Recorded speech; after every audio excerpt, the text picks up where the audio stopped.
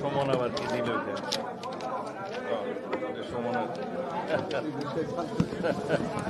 সুমনের দাবি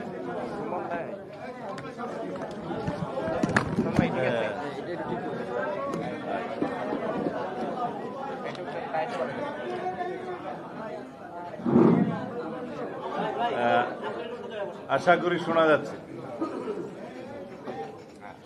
ভালো না বেশি জার্নালিস্ট বাংলাদেশ জার্নালিস্ট অ্যাসোসিয়েশন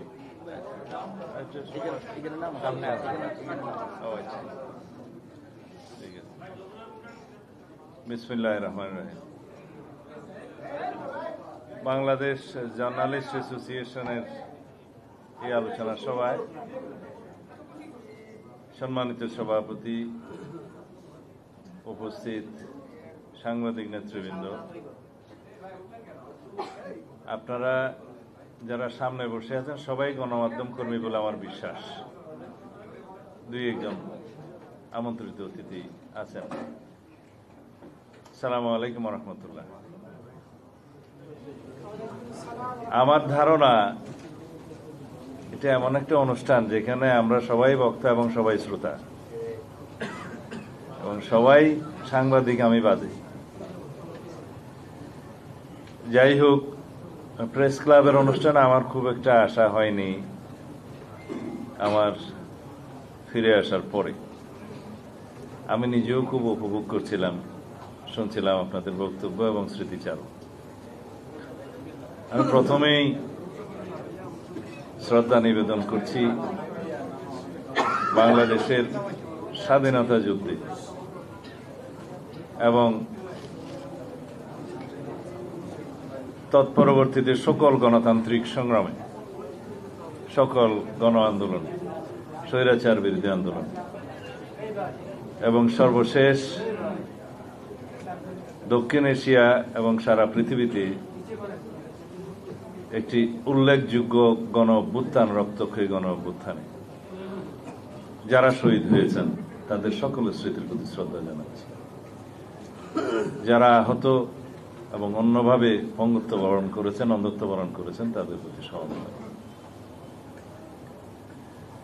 আজকের এই অনুষ্ঠানকে আমি খুব বড় করে দেখছি এই জন্যে যে এখন প্রতিটা দিন, প্রতিটি সময় আমাদের জন্য অত্যন্ত গুরুত্বপূর্ণ এবং দেশে এবং বিদেশে বাংলাদেশ একটি নজর কাড়া দেশে পরিণত হয়েছে এবং বাংলাদেশের যে কোনো ইস্যু এখন হোয়াইট হাউস হওয়া শুরু করে বিভিন্ন গণতান্ত্রিক শিবিরে আলোচ্য বিষয়।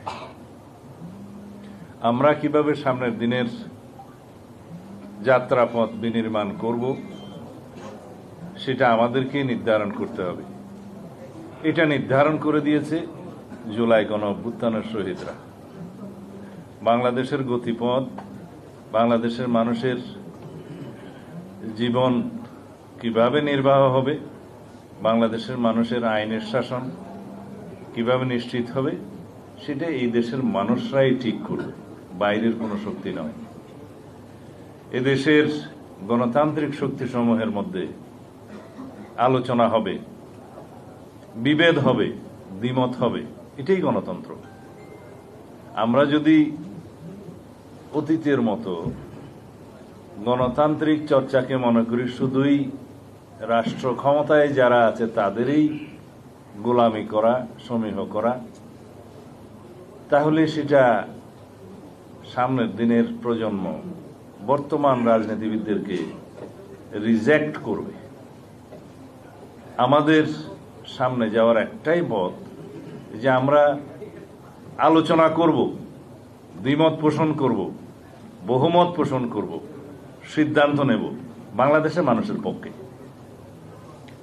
আমরা সকল রাজনৈতিক পক্ষই পরাজিত হব, শুধুমাত্র জিতবে বাংলাদেশের মানুষ।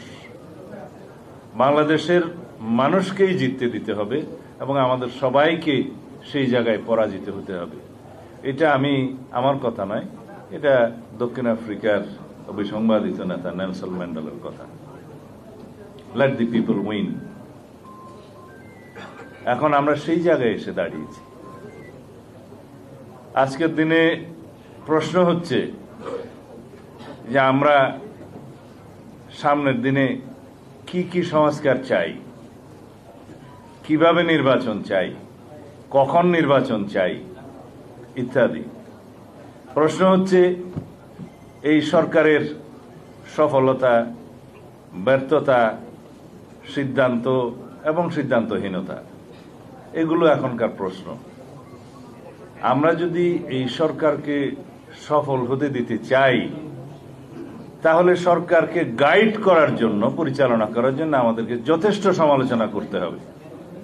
এমনকি আমাদেরকে সড়কে আন্দোলনও করতে হতে পারে সরকারকে সঠিক রাস্তায় নিয়ে আসার জন্য।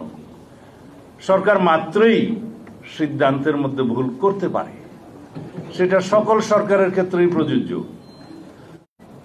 কিন্তু সেটা সঠিকভাবে পরিচালনা করার দায়িত্ব এদেশের সাংবাদিক সমাজের যেমন আছে, রাজনৈতিক গণতান্ত্রিক শক্তিগুলোরও, সামাজিক শক্তিগুলোরও তেমন ভূমিকা আছে। সেই জায়গা থেকেই আমরা সঠিক রাস্তায় এনে এবং একটি নির্বাচিত রাজনৈতিক সরকারের পথ পরিষ্কার করার জন্য খুব দ্রুত আমরা কিছু পদক্ষেপ নেব। সেটাকে আপনারা সরকার আন্দোলনও বলতে পারেন, সমালোচনাও বলতে পারেন। অবশ্য মাননীয় প্রধান উপদেষ্টা মাঝে মধ্যে বলেন যে আমরা বেশি বেশি করে যেন সমালোচনা করি, সরকার সঠিক পথে থাকে। এই সরকারের একটি সঠিক গুণ আছে, তা হচ্ছে সরকার মাঝে মধ্যে ভুল সিদ্ধান্ত নিলেও সমালোচনার মুখে সেই ভুলগুলো শুধরায়, গু ধরে বসে থাকে না। এবং সরকার যখন ভুল শুধরায় তখনই মনে করতে হবে এই সরকার জনগণের সরকার। সেই জন্য আমি আজকে এখানে কিছু কথা বলতে চাই। সেই কথাগুলো হচ্ছে, নির্বাচন যদি বিলম্বিত হয়, সেই সময়গুলো আপনারা কেন বিলম্বিত করবেন সেই যৌক্তিকতা জনগণের সামনে তুলে ধরতে হবে। ইতিমধ্যে 6 মাস পার হয়েছে, সংস্কার কমিশনগুলো রিপোর্ট প্রদান করেছে সরকারের কাছে। সেই রিপোর্টের উপর ভিত্তি করে রাজনৈতিক দলগুলোর সাথে, সামাজিক শক্তিগুলো এবং বিশেষজ্ঞদের সাথে কথা বলার কথা। রিপোর্ট প্রদানের পরে প্রায় 14 দিন 15 দিন পার হয়ে গেছে, সেই উদ্যোগ অবশ্য এখনো দেখা যায়নি। আমি আশা করি খুব শীঘ্রই আপনারা যেই সমস্ত বিষয়গুলো রাজনৈতিক দল এবং বিশেষজ্ঞজন এবং সামাজিক শক্তিসমূহ ঐক্যমত পোষণ করতে পারে, সেগুলো আগে চিহ্নিত করুন সংস্কারের মধ্যে। সংস্কার কমিশন রিপোর্টগুলো অত্যন্ত সুন্দর, বুঝলাম, কিন্তু সকল বিষয়গুলো কি ওখানে এসছে? অবশ্যই না। আবার কিছু বিষয় কি অতিরিক্ত এসছে? অবশ্যই হ্যাঁ। আর কিছু বিষয় কি এসছে এরকম যে যেগুলো বাস্তবায়ন করা যাবে না, ইউটোপিয়ান আইডিয়াস, এবং যে সমস্ত বিষয়গুলো এসছে যে বাংলাদেশের রাজনৈতিক কালচারে এবং সামাজিক কালচারে যায় না, সেই বিষয়গুলো আমাদেরকে চিন্তা করতে হবে। কারণ যারা আপনারা সংস্কার কমিশনে বসছেন, আপনারাও ইনসান, মানুষ। আপনাদের যে সঠিক সকল বক্তব্য এবং রিকমেন্ডেশন 100% সঠিক হবে এমন কোন নিশ্চয়তা অবশ্যই নাই। সেই জন্যই আলোচনা। আমি যেমন বলতে চাই, কনস্টিটিউশন রিফর্মস কমিশন যে রিপোর্টগুলো দিয়েছে, তার মধ্যে প্রথমে একটি উল্লেখযোগ্য জিনিস লক্ষ্য করলাম। সংবিধানের প্রিয়াম্বলে, তার প্রস্তাবনায় 1971 সালের মুক্তিযুদ্ধের সাথে একই প্রায় জুলাই গণ অভ্যুত্থানের বিষয়টি নিয়ে আসা হয়েছে। কিন্তু স্বাধীনতা যুদ্ধের সাথে স্বাধীনতা পরবর্তী কোন ঘটনায় কি একই কাতারে গণ্য করা যায়? এটা বিবেচনায় আনতে হবে। জুলাই ঘোষণাপত্র, বৈষম্য বিরোধী ছাত্র আন্দোলন এবং গণ অধিকার পরিষদ, জাতীয় নাগরিক কমিটি, বৈষম্য বিরোধী ছাত্র আন্দোলন এবং জাতীয় নাগরিক কমিটির পক্ষ থেকে জুলাই ঘোষণাপত্র দেওয়ার জন্য তারা কর্মসূচি দিয়েছিলেন। পরবর্তীতে সরকারের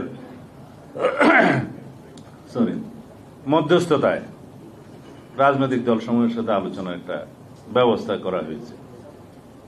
এখানে জুলাই গণ অভ্যুত্থানের স্বীকৃতি মানুষ দিয়েছে, দিতে হবে, কিন্তু ঘোষণাপত্রে কি জিনিস থাকবে সেই ঘোষণাপত্রের আসলে আমাদেরকে চিন্তা করতে হবে। মানে we need to determine the constitutionality of the July declaration first. তারা যেটা দাবি করছে এটা প্রয়োজন কতটুকু আছে কিনা, থাকলে কোথায় রাখবেন, প্রিয়াম্বল নাকি শিডিউল, কোথায়? যখন ট্রানজিশনাল পিরিয়ড থাকে, যখন কোনো কনস্টিটিউশন কার্যকর থাকে না, যখন স্বাধীনতা যুদ্ধের মতো পরিস্থিতিতে নতুন রাষ্ট্র জন্ম হয়, বিনির্মাণ হয়, পরবর্তীতে কনস্টিটিউশন বিনির্মাণের আগ পর্যন্ত সেই সময়গুলোকে ক্রান্তিকালীন বা ট্রানজিশনাল পিরিয়ড বলা হয়। আবার যখন সংবিধান স্থগিত থাকে, সেই সংবিধান পুনরুজ্জীবিত না হওয়া পর্যন্ত যে সমস্ত ঘোষণা দিয়ে, অর্ডার্স দিয়ে, প্রোক্লেমেশন দিয়ে রাষ্ট্র পরিচালনা করা হয়, সেগুলো ট্রানজিশনাল এবং ইমার্জেন্সি এই প্রভিশনস হিসেবে ধরা হয়। এগুলো সবগুলোর জায়গা থাকে ঐতিহ্যগতভাবে, কনভেনশনালি অ্যান্ড ট্রেডিশনালি তফসিলের মধ্যে, শিডিউল। আমাদের দেশে যেমন আছে আমাদের কনস্টিটিউশনের ৪র্থ তফসিলে, সেখানে জায়গা দেয়া যায় কিনা, যে প্রিয়েম্বলে স্বাধীনতার যুদ্ধের কথা বলা থাকবে, সেখানে তার সমকক্ষ অন্য কিছুকে রাখা, আমার মনে হয় এটা বিস্তর আলোচনা এবং বিবেচনার দাবি রাখে।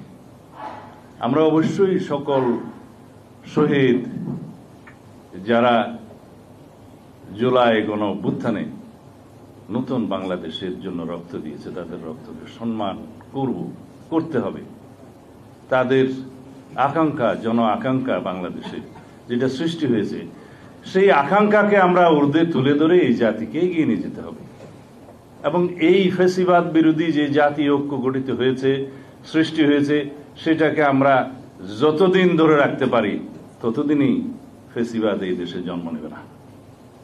যদি আমরা সেই জাতীয় ঐক্যকে ধরে রেখে বাংলাদেশের আগামী দিনগুলো, যেই দিন প্রজন্মের পর প্রজন্ম বাংলাদেশের এই আকাঙ্ক্ষাকে ধারণ করবে, সেই দিনগুলো যদি আমরা ধরে রাখতে পারি, এই আকাঙ্ক্ষাকে নতুন বাংলাদেশ বিনির্মাণের, শক্তিশালী গণতান্ত্রিক রাষ্ট্র বিনির্মাণের, বৈষম্যহীন সাম্যের বাংলাদেশ বিনির্মাণের এই আকাঙ্ক্ষাকে যদি আমরা ধরে রাখতে পারি, ইনশাআল্লাহ এই দেশ, এই জাতি এগিয়ে যাবে। সুতরাং আমাদের জন্য ফরজ, এই জাতির জন্য ফরজ যে আমরা জুলাই গণ অভ্যুত্থানের মানুষের মধ্যে সৃষ্ট যে আকাঙ্ক্ষা নিয়ে আমাদের সন্তানরা শহীদ হয়েছে, সেটাকে ধরে রাখবো এবং এটাকেই ফ্যাসিবাদ বিরোধী জাতীয় ঐক্যকে আমাদের ধরে রাখতে হবে। এখানে ফাটল সৃষ্টি হয়, অনৈক্যের সৃষ্টি হয়, সেরকম কোনো পদক্ষেপ যেন আমরা না নেই। এই পরামর্শ আমি অন্তর্বর্তীকালীন সরকারের যারা এই উদ্যোগ নিয়েছেন তাদের সবার প্রতি দিতে চাই। আমরা এখন বিভিন্নভাবে, বিচ্ছিন্নভাবে কথা বলছি। কালকেও দেখলাম যে আওয়ামী লীগ এই দেশের নির্বাচন করতে পারবে না, করতে দেয়া হবে না, নিষিদ্ধ করা হবে। এই বিষয়ে তো আমরা পরিষ্কার বলেছি যে বাংলাদেশের জনগণ নির্ধারণ করবে যেই দল ফ্যাসিবাদী চরিত্রে বাংলাদেশে গণহত্যা চালিয়েছে, মানবতা বিরোধী অপরাধের জন্য যেই দল দায়ী, যেই দলের নির্ধারিত সরকার দায়ী, অনির্বাচিত হলেও শেখ হাসিনা আওয়ামী লীগের সভানেত্রী হিসেবে প্রধানমন্ত্রিত্ব করেছেন অনির্বাচিত সরকারের, অবৈধ সরকার, তার সিদ্ধান্তে এবং আওয়ামী লীগের রাজনৈতিক সিদ্ধান্তে এই দেশে গণহত্যা এবং মানবতা বিরোধী অপরাধ হয়েছে। সুতরাং ব্যক্তির সাথে সেই সংগঠনেরও তো বিচার করতে হবে। যারা দায়ী সেই সমস্ত ব্যক্তির বিরুদ্ধে, সাবেক অবৈধ প্রধানমন্ত্রী সহ সবার বিরুদ্ধে এই আন্তর্জাতিক অপরাধ ট্রাইব্যুনালে এবং অন্যান্য আদালতে মামলা হয়েছে, বিচার হবে, বিচার নিশ্চিত করতে হবে, কিন্তু সংগঠন হিসাবে একটি রাজনৈতিক দলের সংগঠনের বিচার করার প্রভিশন আর্টিকেল 47-এ আছে বাংলাদেশের বর্তমান কনস্টিটিউশনে। যেহেতু এখনো কনস্টিটিউশন এটা জীবিত এবং এই কনস্টিটিউশন অনুসারে এই সরকার পরিচালিত হচ্ছে এবং শপথ নিয়েছে বৈধ সরকার হিসেবে, সুতরাং সেই সংগঠনের গণহত্যা এবং মানবতা বিরোধী অপরাধের জন্য, রাজনৈতিক সংগঠনের বিচারের জন্য আমরা তো এখনো পর্যন্ত তত বেশি সোচ্চার নই, কেউ তেমন উচ্চারণ করছে না। বিচ্ছিন্নভাবে যদি বলে অমুককে নির্বাচন করতে দেব না, আইন কি বলে? নির্বাচন কমিশন যদি তফসিল ঘোষণা করে সেই সময় পর্যন্ত যারা রেজিস্ট্রেশন বৈধ থাকবে তারা নির্বাচনে অংশগ্রহণ করতে পারবে, সেটা তো মাথায় রাখতে হবে।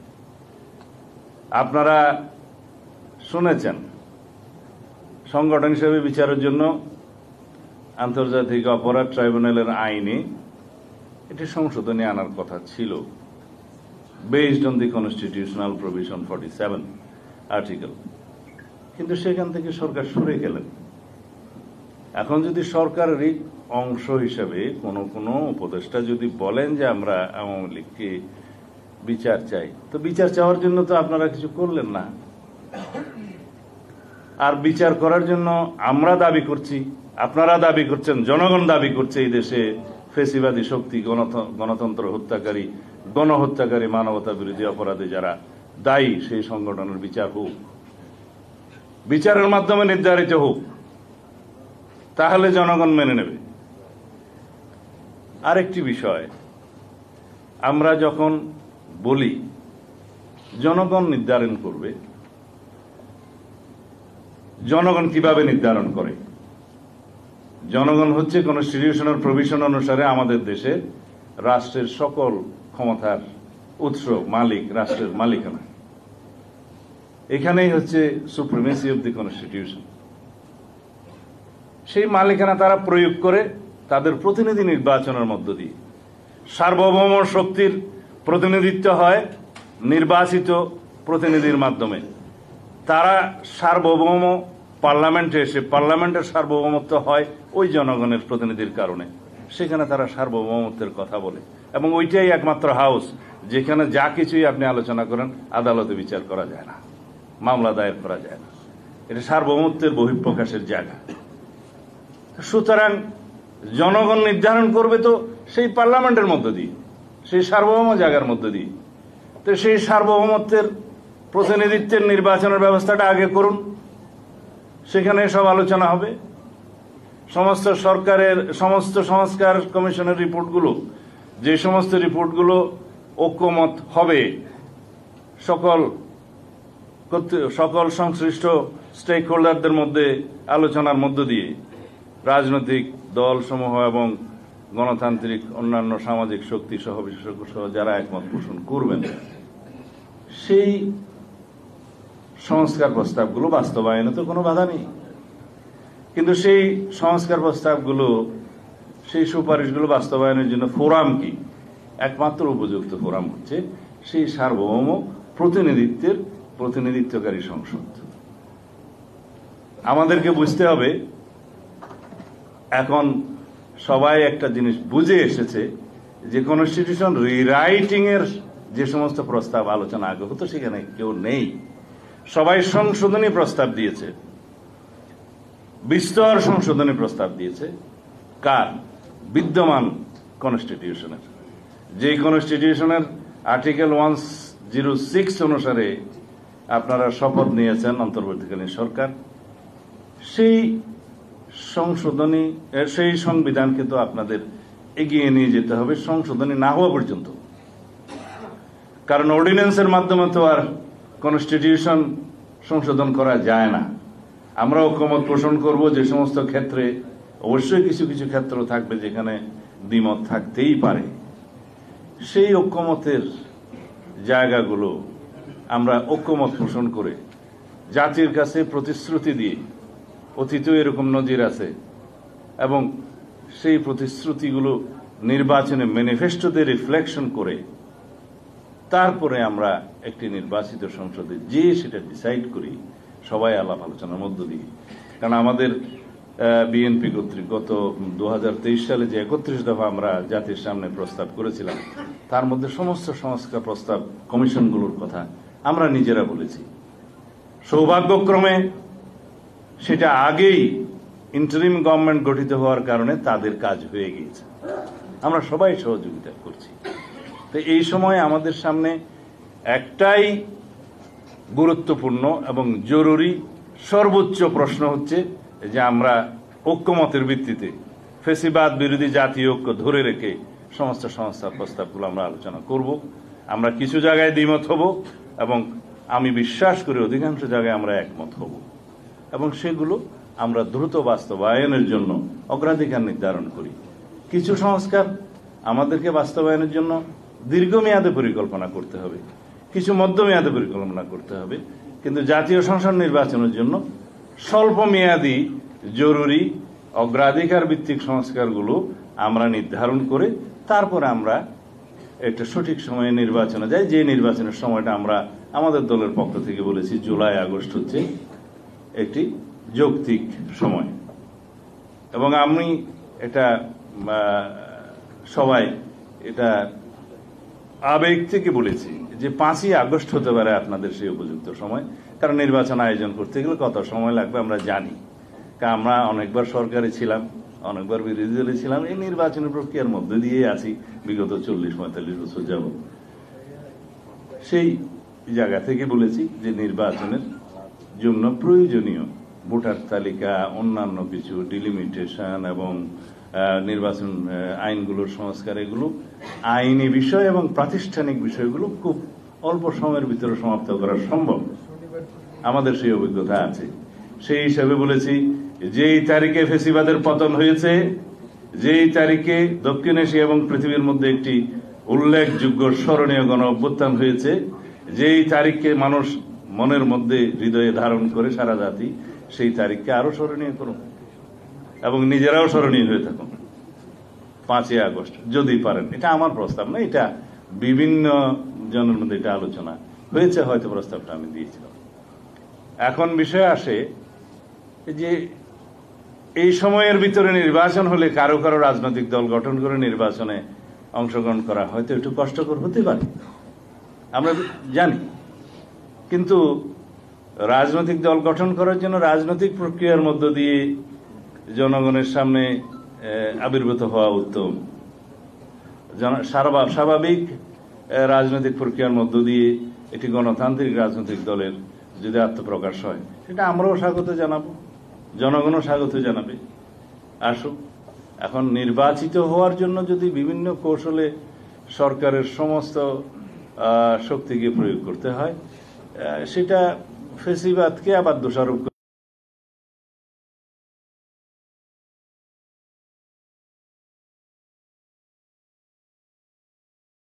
সম্মান করি, তাদের আকাঙ্ক্ষাকেও সম্মান করি, তাদের রাজনৈতিক দল গঠনের এই প্রয়াসকে স্বাগতম জানাই। কিন্তু এই বিষয়গুলো যেগুলো আলোচনা করলাম, এগুলো বিবেচনায় নিতে হবে। আমরা সামনের দিকে এগিয়ে যেতে চাই অতি অবশ্যই ঐক্যকে ধরে রেখে। ফ্যাসিবাদ বিরোধী জাতীয় ঐক্য আমাদের এখন প্রাণ শক্তি। এই জাতির, এই দেশের সামনে এগিয়ে যাওয়ার একমাত্র প্রাণ শক্তি হচ্ছে ফ্যাসিবাদ বিরোধী জাতীয় ঐক্য। এই ঐক্যকে সারা জীবন আমাদের ধারণ করে যেতে হবে, যাতে বাংলাদেশের জনগণের সামনে কোন সময় কোন সংসদীয় এবং সাংবিধানিক ফুয়েরার সৃষ্টি না হয়, একনায়কতন্ত্রের সৃষ্টি না হয়। সেই জন্য আমাদের এই চেতনা, এই আকাঙ্ক্ষাকে, এই ঐক্যকে ধরে রাখতে হবে, এই জাতীয় ঐক্যকে। যারা শেখ হাসিনা সংবিধান পরিবর্তন করে একটা সাংবিধানিক একনায়কতান্ত্রিক রাষ্ট্র, একদলীয় রাষ্ট্র বিনির্মাণের আয়োজন প্রায় চূড়ান্ত করে ফেলেছেন, যেখানে সংসদীয় একনায়কতন্ত্রের বৈধতা দেওয়ার জন্য তারা প্রায় 2-4টা আসন বাদে সব আসন নিয়ে নিয়েছিলেন। সেই জায়গা থেকে আমরা সেই জায়গায় যাতে আমাদের কোনোদিন আর ফেরত না যেতে হয়, সেই জন্য একটি চূড়ান্ত গণতান্ত্রিক সাংবিধানিক সংস্কার আমাদের করে যেতে হবে, যাতে সংসদীয় এখন নায়কতন্ত্র বা সাংবিধানিক এক নায়কতান্ত্রিক রাষ্ট্র বিনির্মাণের স্বপ্ন ভবিষ্যতেও যাতে কেউ না দেখতে পারে। আমি বোধহয় অনেকগুলো কঠিন কঠিন কথা বলে ফেলতেছি, আমার বাংলা ইংরেজি কোনোটাই সঠিকভাবে আমি বলতে পারি না। অনেক বছর বিদেশে থাকার কারণে আমার একটু অসুবিধা হয়ে গেছে, আপনারা ক্ষমা সুন্দর দৃষ্টিতে দেখবেন বলে আশা করি আর কি। তো যাই হোক, একটা কথা বলে আপনাদের আর বেশি সময় না নিয়ে আমি শেষ করব। সাংবাদিক সমাজের 5 জন শহীদ হয়েছেন গত গণ অভ্যুত্থানে। প্রত্যেকের নাম এখানে একটা কাগজ দিয়েছে, আমার কাছে আছে। আপনারা জানেন সারা পৃথিবীতে সাংবাদিকতা পেশা একটি ঝুঁকিপূর্ণ পেশা, কিন্তু অত্যন্ত সম্মানিত পেশা। এই পেশার সাথে আপনারা যারা জড়িত আছেন, তারা যদি বিবেক বিক্রি করে দেয়, সেই জাতির কপালে দুঃখ থাকে। সেই দুঃখের মধ্যেই আমরা পড়েছিলাম। বিগত 16 বছরে ফ্যাসিস্ট হাসিনা যদি রাষ্ট্র শাসন ফ্যাসিবাদী কায়দায় করে থাকে, তার মধ্যে গণমাধ্যমের ভূমিকা ছিল অনেক বেশি। এই গণমাধ্যমের মালিকরা বিভিন্ন বিজনেস হাউসের মালিক হওয়ার কারণে তারা সরকারের সমালোচনা, সরকারের বিরুদ্ধে কোনো নিউজ, কোনো পদক্ষেপ তারা নিতে দেয়নি। যদিও সংবাদকর্মীদের আপনারা প্রায় সকলেই গণতান্ত্রিক প্রক্রিয়ার পক্ষে ছিলেন, কিন্তু আপনাদের হাত পা বাঁধা ছিল। আমরা জানি গত আন্দোলনে, গত গণ অভ্যুত্থানে অনেক সাংবাদিক যারা তাদের মাথা বিক্রি করে দিয়েছেন আগে, তারা ছাড়া অধিকাংশ সংবাদকর্মী এই গণ অভ্যুত্থানে সহায়তাকারী শক্তি হিসেবে কাজ করেছেন। আপনাদের তথ্য নিয়ে আন্দোলনকারীরা আন্দোলন সঠিকভাবে পরিচালনা করেছেন। আপনারা একটা নতুন শব্দ এখন প্রায় শুনি, সিটিজেন কি বলে, জার্নালিজম। যারা সোশ্যাল প্ল্যাটফর্মগুলোর মধ্যে দিয়ে যে ভূমিকাটা সৃষ্টি করেছে, সেটা তো প্রকৃত গণমাধ্যমের ভূমিকা ছিল। গণমাধ্যমের হাত পা, গণমাধ্যম কর্মীদের হাত পা বাঁধা থাকার কারণে এবং মালিকদের অসহযোগিতার কারণে সিটিজেন জার্নালিজম পপুলার হয়েছে। সোশ্যাল প্ল্যাটফর্মের চাহিদা কোন টেলিভিশনের চাইতে বহু গুণে বেড়েছে। তা আমি আহ্বান করব, দ্বিতীয় বিশ্বযুদ্ধের হিটলারের সময়কার যে নজির আপনারা জানেন, যে যখন ইহুদিদেরকে নিধন করা হচ্ছিল, সাংবাদিকরা বললেন যে এরা তো ইহুদি। এটা সবাই জানবে, যা স্মরণ করে দিচ্ছে। যখন কমিউনিস্টদেরকে ধরা হলো, বলে যে এরা তো কমিউনিস্ট। সাংবাদিকরা চুপ। যখন ট্রেড ইউনিয়নের নেতাদেরকে ধরা হলো, বলে যে এরা তো ট্রেড ইউনিয়ন। সাংবাদিকরা চুপ। যখন সাংবাদিকদেরকে ধরা হলো, তখন আর কথা বলার জন্য কেউ বাকি থাকলো না। আমাদের দেশে যাতে সাংবাদিকরা এটা মনে রেখে এই জাতির কাছে তাদের দায়বদ্ধতা, সামাজিক দায়বদ্ধতা এবং মনের দায়বদ্ধতা নিজের মধ্যে ধারণ করে এই রাষ্ট্র বিনির্মাণের জন্য, এই জাতি বিনির্মাণের জন্য, শক্তিশালী গণতান্ত্রিক রাষ্ট্র বিনির্মাণের জন্য আপনারা কাজ করবেন এবং হিটলারের ওই ইতিহাসটাকে আপনারা স্মরণ করবেন যে সাংবাদিকদের ভূমিকা না থাকার কারণে দ্বিতীয় বিশ্বযুদ্ধ সংঘটিত হওয়ার মতো একটা ঘটনা হয়ে গেছে। তো বন্ধুগণ, আমি এত জ্ঞানী মানুষ নই আপনাদেরকে জ্ঞান দেওয়ার জন্য। শুধু এইটুকু বলবো, ভুল ভ্রান্তি সংবাদ মাধ্যমের থাকে, ভুল ভ্রান্তি সংবাদ কর্মীদের থাকবে, গণমাধ্যম কর্মীদের থাকবে, কিন্তু সেটা যেন আমরা শুধরে নেওয়ার চেষ্টা করি। যারা আগে বিভিন্ন কারণে গণতন্ত্রের বিপক্ষে দাঁড়িয়েছেন বাধ্য হয়ে, আমি অনেকের বক্তব্য শুনলাম, তাদেরকেও আমরা মনে করি যে সুযোগ দেওয়া উচিত বাংলাদেশের গণতান্ত্রিক যাত্রায়। আমি আমার ভাইয়ের সাথে দ্বিমত পোষণ করি, বিভক্তি না রেখে তাদেরকেও সুযোগ দেওয়া উচিত যারা শুধরে যেতে চায়। তবে তার মধ্যে সাগরহনী হত্যাকাণ্ডকে অন্য পথে চালিয়ে যারা উপদেষ্টা হয়েছিলেন তাদের কথা বাদে, তাদেরকে অবশ্যই বিচারের আওতায় আনতে হবে। যারা আপনাদের সহকর্মীদের হত্যাকাণ্ডকে বৈধতা দেওয়ার জন্য চেষ্টা করেছে, তাদের বিচার অবশ্যই হতে হবে। বাংলাদেশে গণতন্ত্র হত্যার জন্য, গণহত্যার জন্য যারা সহযোগিতা করেছেন সেই জাতীয় গণমাধ্যম কর্মী আপনারা চিহ্নিত করুন, তাদেরও বিচার করতে হবে। কিন্তু যারা অসহায়, নিচের দিকে চাকরির জন্য বিভিন্ন কারণে বাধ্য হয়ে হয়তোবা কিছু কিছু ভূমিকা রেখেছেন, তাদেরকে একটু সুযোগ দেওয়া উচিত। কারণ ঢালাওভাবে টপ টু বটম যদি আপনারা দায়ী করেন, তাহলে চিন্তা করতে হবে তারা কেউ কেউ বাধ্য হয়েছিলেন, তাদেরকে এক্সকিউজ করা উচিত। কারণ মালিক পক্ষ বা সম্পাদক বা মেইন যে কি বলে আপনাদের পরিচালনাকারী ডাইরেক্টর, তাদেরকে আপনারা অবশ্য বিচার করবেন। কিন্তু যারা নিচের দিকে সংবাদকর্মী, যারা শুধুমাত্র চাকরি বাঁচানোর জন্য বিভিন্ন কারণে কিছু কিছু ভূমিকা রাখতে বাধ্য হয়েছে, তারা যদি ক্ষমা প্রার্থনা করে, তাদেরকে আপনারা সুযোগ দিবেন। বিচার করবেন টপ ব্রাশ, যাদের কারণে গণমাধ্যমের এই পরিণতি হয়েছে। বিচার করবেন সেই, আমি নাম নিতে চাই না, আমার ভাই নিয়েছে, যারা আপনাদের সহকর্মী হত্যাকাণ্ডকে বৈধতা দেওয়ার জন্য ভূমিকা রেখেছেন এবং পরবর্তীতে উপদেষ্টা হয়েছেন। এই জাতীয় লোকজনদেরকে আপনারা অবশ্যই ক্ষমা করবেন না, তাদের বিচার নিশ্চিত করতে হবে। যদি গণহত্যাকারীদের বিচার আপনারা চান, গণহত্যা করার জন্য যারা সহযোগিতা করেছে, কোলাবোরেটরস, তাদেরকেও আপনাদেরকে এই কাজে রাখতে হবে। আমি অনেক কথা বললাম, ক্ষমা করবেন।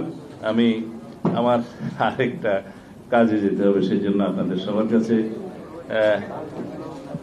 বিদায় নিচ্ছি। আমার কথা শোনার জন্য আপনাদের অনেক ধন্যবাদ। আসসালামু আলাইকুম।